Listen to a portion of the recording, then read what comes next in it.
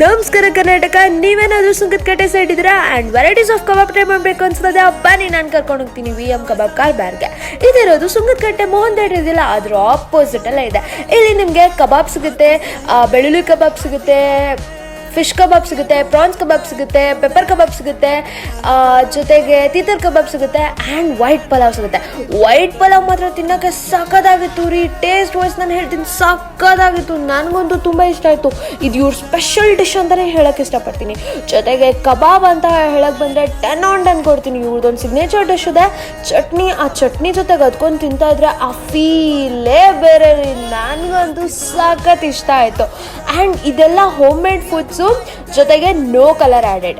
ನಿಮಗೂ ಏನಾದರೂ ಟ್ರೈ ಮಾಡಬೇಕು ಅನಿಸ್ತದೆ, ವಿಸಿಟ್ ಮಾಡಿ VM ಕಬಾಬ್ ಕಾರ್ಬಾರ್ಗೆ. ಆ್ಯಂಡ್ ಇದೇ ಥರ ಫುಡ್ ಬ್ಲಾಗ್ಸ್ ನಿಮಗೂ ಬೇಕಂದರೆ ಫಾಲೋ ಮಾಡಿ, ಲೈಕ್ ಮಾಡಿ, ಶೇರ್ ಮಾಡಿ, ಸಬ್ಸ್ಕ್ರೈಬ್ ಮಾಡಿ. ಇಂತಿ ನಿಮ್ಮ ಪ್ರೀತಿಯ ಕರಾವಳಿ ಕಂದ.